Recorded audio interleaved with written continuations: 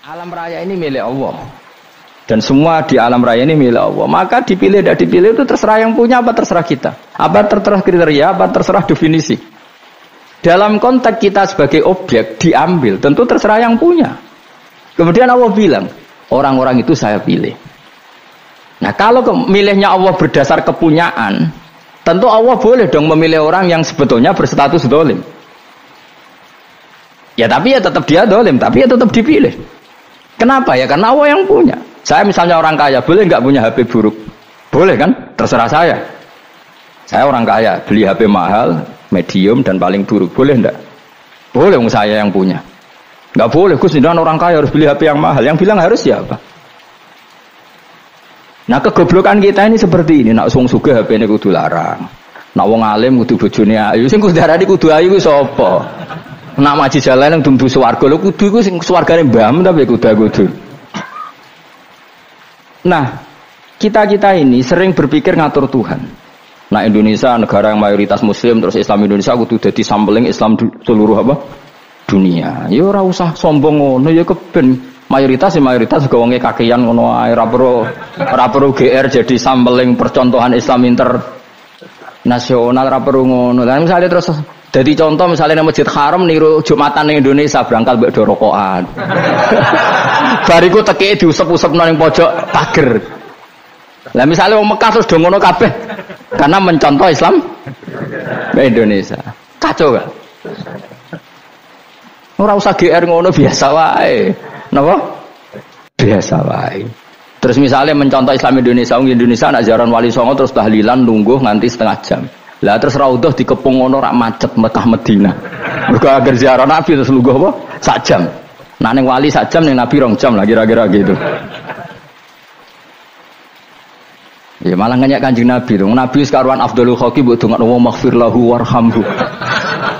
Niku malaikat sak langit misah.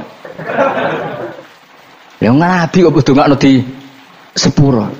Kowe tapi ya butuh sepuro. Enggak boleh doakan Nabi gitu, enggak boleh. Wa sholli ala sayyidina Muhammad wa ala alihi, enggak boleh pakai ighfir lahu. Masalahnya tahlilan apa alam donga iku terus kamu gunakan. Ya misalnya terjadi percontohan Islam dunia terus Nabi kapundhut ditalkin, nak ditakoki waman rabbuka piye. Terus Nabi mbok arai waman nabiyuka. Mesti Nabi yo pro, lah aku Nabi coba takoki. Jadi kita ini sering kumo luhur karena kita mayoritas terus jadi percontohan Ora usah ngono. Paham ya napa? Ndak usah ngono, mayoritas ya mayoritas ae, tapi ora usah GR jadi apa? Percontohan internasional. Mungkin kalau masalah Islam damai ya bagus, tapi itu kan tidak hanya Indonesia. Di mana-mana yang Islam damai juga banyak dan yang tukaran juga banyak. Toh yang tukaran nggak pernah maklumatkan diri ini percontohan janda. Ya biasa saja. Saya ulang lagi ya. Maka menurut saya nggak akan benar pendapat Khawarij atau pendapat Islam yang keras bahwa orang dosa besar itu keluar dari Islam. Karena ketika Allah mengatakan kemudian aku pilihkan kitab ini tak kasihkan orang-orang yang saya pilih, itu diantara yang pertama adalah meskipun mereka sebagian tetap zalim. Artinya tetap zalim itu tidak menjadi dia keluar dari status Islam. Paham ya? Sekarang saya tanya, yang dikatakan warga Indonesia itu siapa? Ya siapapun yang bergeografis di Indonesia, lahir sebagai akte Indonesia, ya orang Indonesia. Kemudian ada yang penjahat, ada yang maling, kita penjara. Apa dia keluar dari kebangsaan Indonesia? Enggak kan? Sama ketika orang Islam menjadi zina dan fasik koruptor, keluar dari Islam enggak? Enggak. Karena Allah tetap bilang faminhum. Apa? Faminhum. Jelas ya? Wes kayak ngarah Khawarij. Kenapa? Kalau Khawarij cara berpikir itu ekstrim. Setiap dosa besar itu mengeluarkan orang dari status Islam. Oh, itu bahaya sekali. Karena nanti kalau itu iya, kita akan kehilangan banyak orang nopo Islam. Makanya Nabi nanti ngendikan, saya berharap yang nanti masuk surga dari umatku itu separuh, 2/3. Itu kata ulama-ulama. Kalau kita pakai mazhab Khawarij, orang Islam itu tidak sampai 1/3. Karena banyak yang keluar dari Islam. Duwe keris gak Islam, duwe akeh ra Islam, nglakoni jimat gak Islam, nyekel patok gak Islam, dosa gede gak Islam, korupsi gak Islam. Terlalu banyak yang kita usir dari Islam. Lalu kita ngusir atas nama apa? Coba. Kalau atas nama Tuhan, kamu tidak Tuhan. Atas nama wakil Tuhan, Tuhan tidak pernah mewakilkan ke Anda. Ora ana mandate. Yang kita tahu dari Quran ya ayat ini, tsumma awrasnal kitabal ladzina astafaina min ibadina. Kemudian kitab ini tak kasihkan orang-orang yang saya pilih, dan orang yang saya pilih itu faminhum zalimul li nafsi, dan sebagian dari itu adalah orang zalim, dan itu jelas bagian dari itu. Artinya keluar apa masuk? Keluar apa masuk? Masuk. Meskipun ya yang zalim tetap berstatus zalim, kayak warga Indonesia, ini semua warga Indonesia. Paham ya? Yang maling ya tetap warga Indonesia, meskipun ya tetap maling. Jelas ya? Betul ya? Makanya ahli sunnah itu pendapatnya falam nukafir mu'minan bil wisri. Kita tidak akan mengkafirkan orang mukmin hanya karena melakukan dosa. Kenapa ya? Karena Allah bilang faminhum setengah sangking itu masuk bagian. Dan itu luar biasanya Allah disebut istofaina. Tetap orang-orang apa? Pilihan. Maka ini penting saya utarakan supaya kita ini tidak sok-sokan ya. Terus yang zalimul li nafsi pun potensi dimaafkan sama Allah. Asal dia tobat, dan tobat itu sama Allah nggak ada batasnya. Malam yughur kiri sampai apa? Nafas apa? Terakhir. Dan kadang orang itu sebetulnya nggak niat tobat, cuma ada perilaku tertentu sehingga dan Allah itu simpati. Itu juga banyak yang diterima tobatnya Allah. Makanya kata ulama-ulama itu, istighfar itu tidak syarat diampuni. Yang menjadi orang terampuni itu kehendak Allah. Istighfar itu bagian kecil dari syarat-syarat itu. Tapi bisa saja orang tanpa istighfar tapi diampuni Allah. Misalnya Allah dawuh wa yaghfiru ma duna dzalika liman yasha. Itu bukan liman yastaghfir tapi liman yasha. Contoh masyhur kan, kamu pernah dengar kan, ada orang nakal itu mau misah itu ya kira-kira lonte atau apalah. Dia datang pulang ketika melihat anjing ngeleti pasir, dia berpikir ini kehausan kayak saya. Kemudian dia turun ke sungai memberi minum anjing itu, kemudian Allah memaafkan dia karena itu. Pas itu di semua hadis riwayatnya dia tidak pernah istighfar. Terlalu punya perilaku yang menjadikan dia diampun. Banyak enggak seperti itu? Banyak, makanya wa yaghfiru ma duna dzalika liman yasha. Mayasa itu ya yang digedaki Allah. Bisa saja kalian ini sering istighfar tapi enggak dimaafkan Allah. Tapi delala punya satu perilaku yang cara Allah itu penting, kemudian dimaafkan. Kayak Saharatu Fir'aun itu dia tidak pernah istighfar, tukang sihir Fir'aun. Dia diampuni Allah, dikasih iman tuh gara-gara jadi wong Jogja. Terus ngono tok. Jadi pas mau duel adu sihir. Iku dalah dekne mendingan ya. Qalu ya Musa imma antulqiya wa imma annakuna nahnul mulkin. Monggo jenengan riyen napa kula riyen. Tapi gara-gara dekne didikan Jogja niku. Lah wong ape duel, mestinya tarung itu semakin cepat mengambil kesempatan kan semakin menang. Ini sudah jelas tarung. Ngapunten jenengan riyen napa kula. Lha iku pangeran itu terus simpati. Wong kok sopane ngono apa? Akhirnya Allah memberi iman gara-gara apa? Imma antulqiya wa imma annakuna nahnul mulkin. Monggo jenengan riyen. Lah Musa juga, Allah juga gak terima kalau nabinya kalah sopan. Sehingga Allah memerintahkan Musa adalah sopan. Mboten jenengan mawon. Jadi Nabi Musa qala bal alqu. Jadi Nabi Musa enggak jenengan riyen mawon. Jadi coba, itu kan unik. Dia tidak ingin diampuni Allah, tapi adalah dia sebenarnya satu perilaku yang menjadikan Allah itu simpati, yaitu kesopanan dia dengan Nabi Musa. Imma antulqiya wa imma annakuna nahnul. Nabi Musa juga bilang qala bal alqumu go jenengan riyen mawon. Akhirnya sakit nggih nak ngoten. Makanya Firaun itu mangkelnya bukan main. Ketika pertunjukan itu akhirnya kan Saharatu Firaun kan kalah. Setelah kalah langsung iman. Maka kata Firaun, ini jelas Musa itu guru kamu. Cuma pura-pura saja kamu pro saya. Lah buktinya apa? Jare buktinya tadi monggo-monggonan gitu. Makanya Firaun bilang innahu lakabirukumul ladzi 'allamakumus sihr. Wah, iku mesti Musa iku gurumu. Padahal ya gak kenal sama sekali. Cuma gara-gara monggo-monggonan tadi itu akhirnya terus pikirannya Firaun. Wah, mesti wis kenal suwi mau gayane tok. Mergo gara-gara monggo jenengan iki. Mboten monggo jenengan. Jadi makanya sampean jangan putus asa. Makanya keliru sekali kalau kita bilang diampuni Allah nunggu istighfar. Enggak. Tentu istighfar penting, kita sepakat. Istighfar itu penting, kita sepakat. Tapi itu tidak satu cara-caranya Allah untuk orang bisa diampuni. Nabi misalnya ngendikan ana wa kafilul yatim kahateni fil jannah. Coba. Orang sering istighfar sama kafilul yatim, kira-kira surganya cepat mana?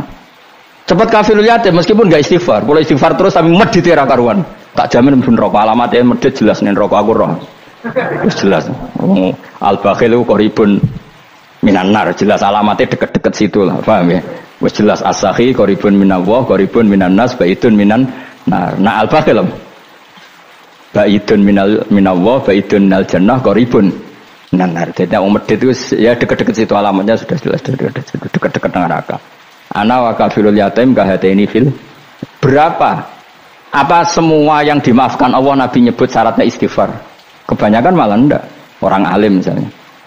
Makanya orang alim kalau jarang istighfar kamu enggak usah iri. Orang alim itu mulang tok, itu langit bumi mintakan ampun. Wa innal alima la yastaghfiru lahu man fis samawati wa man fil ard hatta khitan fil bahr. Orang alim itu otomatis dimintakan maaf oleh langit dan bumi sampai iwak ning laut. Mulane jenenge Abu Bakar jarang istighfar. Aku sing istighfar iki akeh sembrono. Langit bumi no. Mulane kula nu jarang istighfar bukan karena saya sombong, memanfaatkan istighfar mereka, no? Dan saya yakin itu lebih mandi timbang istighfar saya. Ngon koman fis samawati nglebokno Jibril, Mikail. Orang-orang keren no? Makhluk-makhluk no? Keren. Saya baru cari hadis yang wa innal muta'allim sing ijek belajar tapi belum ketemu. Nanti kalau ketemu tak kasih tahu apa? Karena hadisnya yang saya baca masih wa innal alim apa? Orang alim jadi agak ketat. Nah, nanti kalau sudah ketemu wa innal muta'allima. Nanti dicari. Tapi pasti palsu kalau ada itu. Karena semua tagnya itu apa? Alim. Atau ya kamu alim dibanding yang di bawahnya. Ya semoga itu masuk apa? Jadi dibanding orang Papua kan wis alim. Saya ulang lagi, ini penting sekali. Jadi latihlah jangan punya gerakan takfiri orang lain dianggap kafir, orang lain dianggap kafir, karena Allah tidak pernah mengusir hambanya. Meskipun apapun salah dia, kata Allah tetap faminhum. Apa? Faminhum. Hum itu rujuknya ke yang depan. Jadi termasuk orang-orang yang saya pilih adalah faminhum zalimul li nafsi. Tetap dia di arena itu. Nisbatnya Islam ya tetap di area Islam itu. Meskipun yang ya kayak warga Indonesia, coba. Warga Indonesia itu siapa? Yang terlahir di Indonesia dan ber-KTP kartu keluarga Indonesia sudah. Nanti tentu yang bajingan tetap bajingan, yang koruptor tetap koruptor. Tapi menjadi warga Indonesia terus keluar dari warga Indonesia, tetap warga Indonesia. Kira-kira seperti itulah analoginya. Tetap istofaina, tapi tetap berstatus faminhum dalim. Tapi rujuknya kan tetap faminhum ikut setengah sangking alladzina tofaina. Mulane ngaji sing tenanan. Kowe ora usah anut khawarit. Khawarit ku opo ngamukan. Jadi wong liya salah yo apa-apanan. Loh saya juga mangkel be wong dolim. Semua orang soleh mangkel be wong dolim. Tapi ya dihukum saja. Misalnya dalam Islam ada kisos, ada had, ada hadul qadzaf, hadus sariko. Ya hukuman ya hukuman saja. Tapi hukuman itu tidak bisa menghilangkan status. Ya sama seperti manusia tetap manusia. Meskipun apapun dia ya manusia. Ya tadi misalnya manusia itu siapa? Ya manusia itu ya manusia. Terus kamu bikin orang yang standar ideal manusia adalah yang berperilaku baik, yang enggak pernah salah. Kemudian kalau Zaid itu maling berarti tidak manusia. Terus barangnya apa? Ketek. Tidak bisa. Makanya kembali lagi dinul aja. Kamu bikin definisi manusia itu tidak usah seangkuh itu. Manusia seperti ini manusia ya sudah. Maling ya manusia, orang soleh ya manusia, orang sedengan ya manusia. Lelaki itu apa? Yang punya alat kelamin penis itu lelaki, titik sudah. Sehingga nanti warisannya ya dia lelaki. Sholatnya dia bergaya. Kamu tidak usah bilang gini, lelaki adalah yang cakap memimpin, yang maco, yang kuat. Jika kalau tidak seperti itu namanya perempuan. Terus kamu membolehkan yang seperti ini jadi makmumnya perempuan, imamnya perempuan sing maco. Kacau enggak kalau agama nuruti logika-logika itu? Enggak, jawab aja. Kacau. Lalu lucunya sekarang banyak kecerdasan yang mengarah ke sana. Makanya agama ini jadi kacau karena sudah ada dinul ajais. Agama ini agama ummi. Ya agama ini agama ummi. Kata Allah huwallazi ba'atsa fil ummiyin. Ummiyin itu lugu itu polos. Jadi kalau orang polos misalnya gini. Ini apa? Kira-kira kalau jawab orang polos ini. Jam. Bagus kan jam. Jam untuk apa? Penunjuk waktu ya sudah seperti itu. Tapi kalau orang engkek, ini itu apa jam? Itu barang murahan. Bulat kan oleh jawab. Ono numpak mobil carry itu apa? Itu black melaku. Yang mobil itu Alphard. Jadi kacau. Enggak boleh agama dibawa ke sana. Apa? Agama di sana dibawa ke sana. Nah itu madzhabnya ahli sunnah apa? Wal jamaah. Ketika Rasulullah ngendikan la yu'minu ahadukum hatta yuhibba li akhi, ora kok diarti ini ora iman Jika yang menyala itu tidak iman, tidak seperti itu cara mengartikan ahli sunnah wal jamaah. Karena status itu tidak pernah hilang. Yang hilang hanya kesempurnaannya. Paham ya? Kesempurnaan kita jadi manusia hilang karena kita maling, karena jadi koruptor. Tapi tetap kita manusia. Kesempurnaan kita sebagai orang mukmin hilang kalau kita fasik. Tapi kita tetap mukmin. Paham ya? Makanya setiap hadis gitu kata ahli sunnah la yu'minu imanan kamilan. Wis dong ya. Dong. Ya terus alhamdulillah subhanallah. Ya doa alim semalam 22 malam Lailatul. Aku kadang yang melok goblok aduh. Saya tuh sering dididik sama bapak saya, sekumpul wong akeh kudu melok goblok guys. Makanya bapak itu kalau ada orang pidato, bapak kan juga enggak suka pidato juga, tapi ya kerso kadang-kadang, saya pun kadang-kadang kerso. Asal sing ngutus pernah guru, pernah sepuh kadang kerso. Nah, bapak nak pengajian diomongin balik dari bapak, malah bingung. Ngomong apa wae. Coba kita dengan PD-nya bilang Lailatul Qadar itu 21 sampai berapa? 29. Lailatul Qadar. Warna itu malam Lailatul Qadar. Lalu Lailatul Qadar keren tuh karena apa? Karena nuzulul Quran. Lalu nuzulul Quran tanggal 17. Lalu Lailatul Qadar tanggal berapa? Oh, ada